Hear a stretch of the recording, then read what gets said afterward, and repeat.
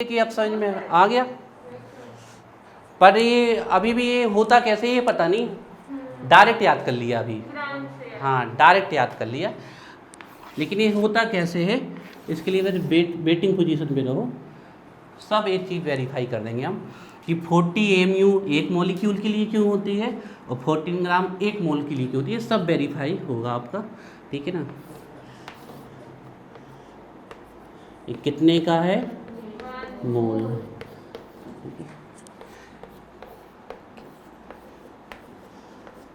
Chemistry आपका पीछा, ये 1 मोल आपका पीछा नहीं छोड़ने वाला है जब तक आपके सब्जेक्ट में केमिस्ट्री। बहुत इंपॉर्टेंट टॉपिक है मोल। एन ए मतलब एवोगैड्रो नंबर, कई लोग इसको एन नॉट से भी लिखते हैं, कई लोग एन ए से भी लिखते हैं। मोल मॉलिक्यूल से नहीं आया है, मोल आया है पाइल से। मोल का एक्चुअल मतलब होता है, मोल मीन्स होता है पाइल। पाइल का मतलब होता है ढेर, ढेर कहलाता है। पाइल का मतलब होता है ढेर, ढेर सारे है ना ये ढेर। ठीक है, नहीं एक्चुअली में मोल पाइल से आया है, पाइल का मतलब होता है ढेर। ठीक है, पाइल इंग्लिश वर्ड है, mole is a Latin word. हो गया इतना, बन जाएगा। चलिए, तो ये सेकेंड एप्लीकेशन हो गया। सेकेंड एप्लीकेशन में हम फर्स्ट एप्लीकेशन में आप लोगों से इतना चाहते हैं कि आपको पता हो कि वेपर डेंसिटी से मॉलिक्यूलर मास कैसे करते हैं, और सेकेंड एप्लीकेशन हम सिर्फ आपसे इतना चाहते हैं, अभी जब तक हम आपको कॉन्सेप्ट क्लियर नहीं कर देते, आपको इतना पता होना चाहिए कि मास को जब हम ग्राम में लिख देते तो 1 मोल का हो जाता है, और 1 मोल कोई भी चीज़ है तो वो कितना होगा। अब अगर हम आपसे 1 मोल N2 का वॉल्यूम पूछ लें तब भी कितना, या हम आपसे इनडायरेक्ट पूछ ले घुमा के, हम सीधे 1 मोल N2 ना पूछे, हम कहें बताओ 14 ग्राम N2 है, उसका कितना मोलर वॉल्यूम होगा? 4 लीटर। अच्छा, इतना ज़्यादा समझ में आ गया क्या? तो चलो ज़्यादा समझ में आ गया तो एक क्वेश्चन दे ही देते हैं, एक क्वेश्चन दे देते हैं आपको, एक क्वेश्चन दे देते हैं। 7 ग्राम N2 है,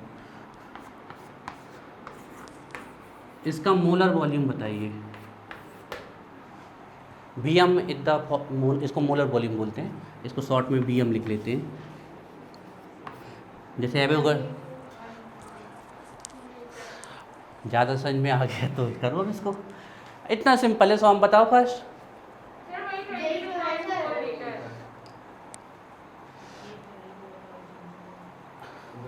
बताओ हर्ष कितना लीटर?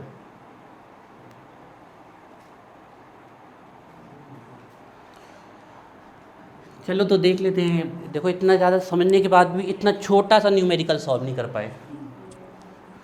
हाँ, सॉम बोला है कुछ, कितना? Yes, 11.2 litre is the right answer. 1 मोल, तुक्का नहीं लगा, इतना सिंपल था, आप लोग बता नहीं पाए। 1 मोल N2 होती तो कितने ग्राम होती? वो 14 ग्राम होती ना। तो अगर हमें 7 ग्राम दी गई है तो ये कितनी मोल होगी? हाफ मोल होगी ना। तो 1 मोल का वॉल्यूम होता है 22.4 लीटर, तो हाफ मोल का कितना होगा? 11. अरे वो आपको देखना है कि अब जैसे हम आपसे पूछ लें, आप बताना, बताओ 64 ग्राम O2 लिखा है, इसका मतलब कितने O2? ये मास से हमने देखा ना।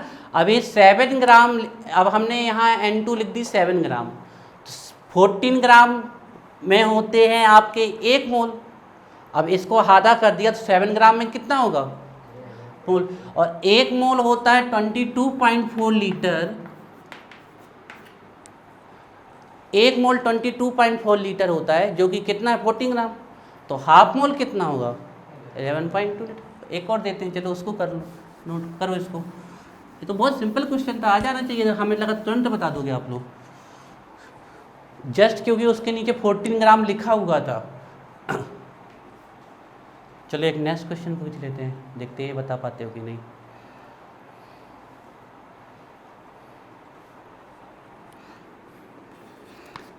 और इसका क्वेश्चन नहीं आया तो हमने कुर्सी और मुर्गा बना दिया, ध्यान रखना।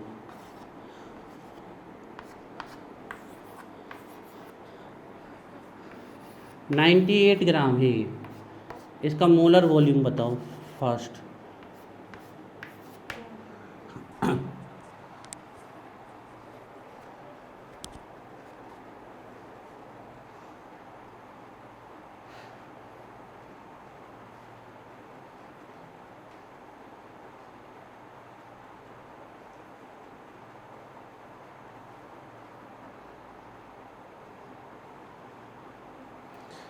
हमेशा 1 की वैल्यू निकाला करो। 1 से आप कितने भी सॉल्व कर लोगे।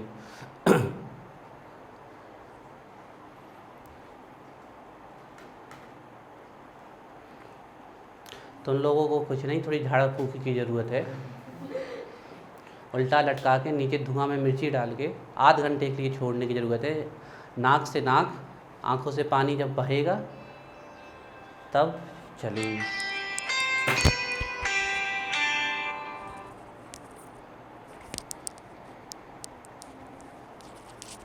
हेलो, हाँ सोनू, हाँ आना है, हाँ ठीक है ठीक है। चलो बताओ कितना कितना 4 का है बोल रहे हैं। 44.8 लीटर बोल रहा। 44.8 litre is the right answer. Very good Zeenat. जाते समय तुमने एक अच्छा क्वेश्चन सॉल्व कर लिया। देखिए O3 कितनी होती है? 48 ग्राम। 48 ग्राम O3 का मतलब है O3 कितनी है? 1 मोल है। कितनी है? 1 मोल। और 1 मोल होती है तो कितना होता? 22.4 लीटर। ये ध्यान देना, केमिस्ट्री में ऐसे ही आप ये ना सोचिए कि हलवा के क्वेश्चन आएंगे, और खास करके सोम आप बढ़िया पेपर बनता है और हमें बनाने मिल जाए तो फिर तो और मज़े ही आ जाए फिर ना। अच्छा पेपर बनता है, ऐसे क्वेश्चन पूछे जाएंगे घुमा घुमा के। तो ये 22.4 लीटर होता है, लेकिन हमारे पास है कितनी? 98 ग्राम, है ना। 48 ग्राम एक होता है, तो 98 ग्राम में कितना होगा? 48 से डिवाइड कर दें, डायरेक्ट देख लें तो ये कितने मोल O2 है? 48 मतलब 1 मोल। ये जस्ट कितना है? डबल। तो यहाँ ये O3 है। अब लिखे नहीं है नंबर, ये हमें अपनी मन की आंखों से ये आपको सीधे सीधे लिख के नहीं बोल देंगे 2O3, ऐसे थोड़ी बोल देंगे, फिर तो कुछ नहीं सॉल्व। आपको खुद पता करना है कि ये कितने मोल है, निकालना है। तो O3 98 ग्राम है, तो इसका मतलब ये कितने मोल है? हाँ 48 8 2 16 96। क्वेश्चन गलत। 96 क्वेश्चन गलत है हमारी तरफ से, सॉरी। ओके हाँ ठीक है, उसका भी 98 का भी निकाल सकते हैं, लेकिन उसको अभी नहीं, अभी सीधे सीधे करो। 96 ग्राम, तो ये हमें 96 ग्राम 48 का जस्ट कितना दिख रहा है? डबल। तो ये कितना होगा? 2 मोल। 1 मोल होता है 22.4 लीटर, तो 2 मोल कितना हो जाएगा? 44.8 लीटर।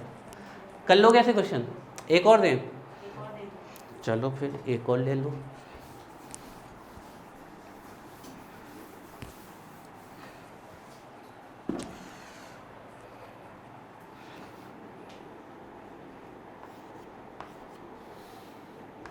(22 ग्राम CO2 कितने मोल होगी? और इसका मोलर वॉल्यूम कितना होगा? जल्दी से करो।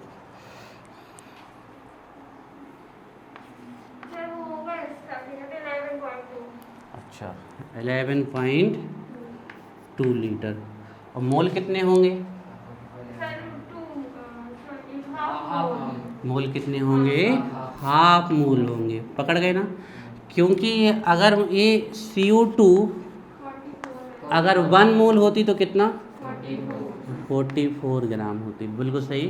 तो ये हाफ मोल है। आपको खुद चेक करना पड़ेगा कि कितना मोल है। आप ये ना सोचिए कि आपको बना बनाया दे देगा, ठीक है ना। तो दिस इज हाफ मोल। तो एक लास्ट क्वेश्चन और बच्चों, ठीक है।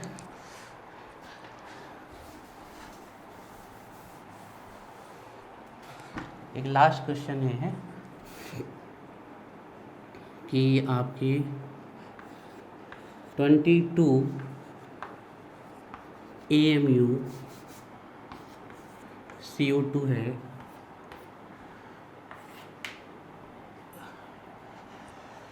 बताओ ये कितनी है? 1 CO2 molecule. Two molecules. Mass of 1 molecule.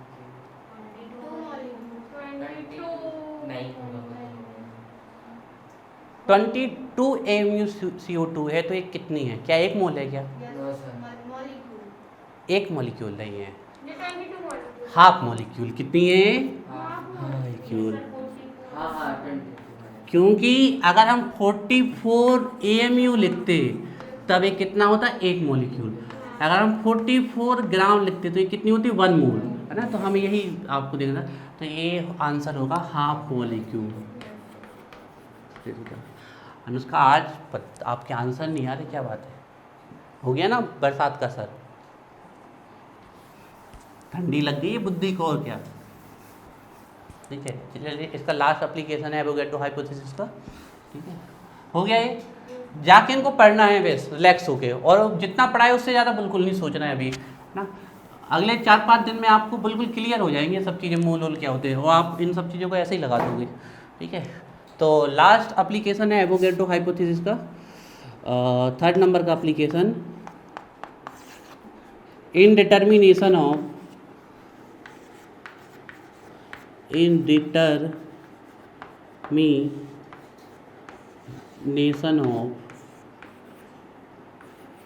Atomicity. Avogadro hypothesis मुश्किल से हम 10-15 मिनट में पढ़ा के ख़त्म कर देते हैं, लेकिन हमने सोचा कि थोड़ा डिटेल से पढ़ा दें. इनडिटर्मिनेशन ऑफ एटॉमिसिटी. तो देखिए एटॉमिसिटी क्या होती है, पहले वो हम लिख दें आपके लिए. तो एटॉमिसिटी का मतलब होता है number of atoms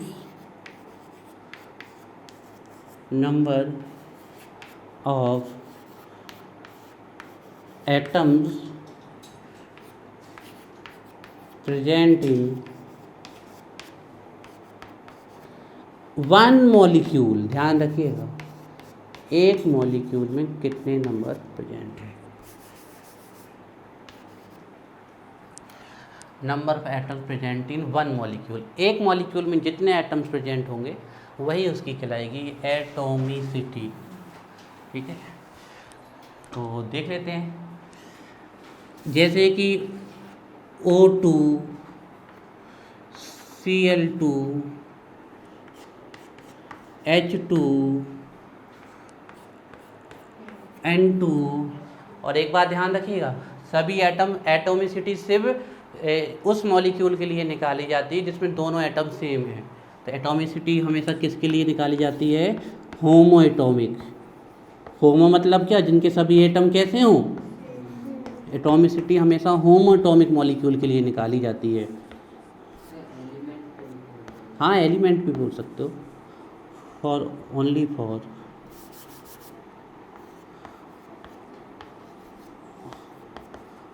for homo atomic molecule. अब होमो एटॉमिक और हेटेरोटॉमिक मॉलिक्यूल कैसे फाइंड करें? अगर किसी मॉलिक्यूल के दोनों एटम सेम हैं तो वो क्या? होमो एटॉमिक.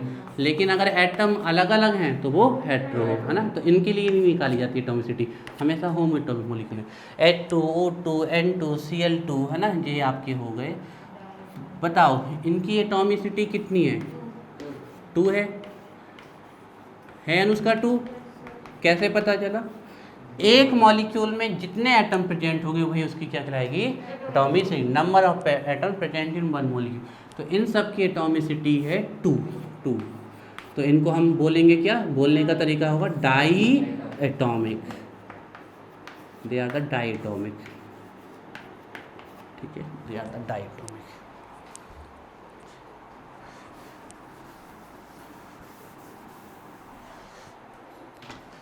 जैसे हम लिख दें O3. O3 जानते हो क्या है? ओजोन है ना.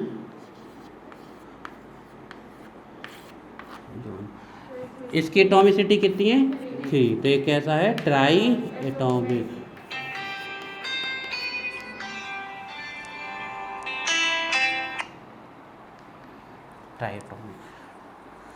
ठीक है, helium, neon, argon, krypton. Hello, ठीक है। Helium, neon, argon, krypton, xenon and radon. हमने आप लोगों को बताया था यही वो गैसें हैं जिनका एटॉमिक फार्मूला और मॉलिक्यूलर फार्मूला क्या है, सेम। कोई पूछ ले एच, हीलियम मॉलिक्यूल का फार्मूला बताओ, आंसर क्या होगा, एच ई। हीलियम का एटॉमिक फार्मूला बताओ, एच ई। हीलियम का एलिमेंट का फार्मूला बताओ, एच ई। तो ये वो गैसेस हैं जिनका मॉलिक्यूलर और एटॉमिक फार्मूला क्या होता है, सेम। मतलब इनका मॉलिक्यूल कितने एटम से मिलके बना है, 1 एटम से। तो ये कैसी हुई, मोनो एटॉमिक। और क्लास 12th में पी ब्लॉक में साफ साफ क्वेश्चन रखा हुआ है, by inert gases are monoatomic. एक एटम की इनके साथ 2 क्यों नहीं जुड़ते, इसका सीधा सा आंसर है इनका ऑर्बिटल फील्ड होता है NH2 NP6।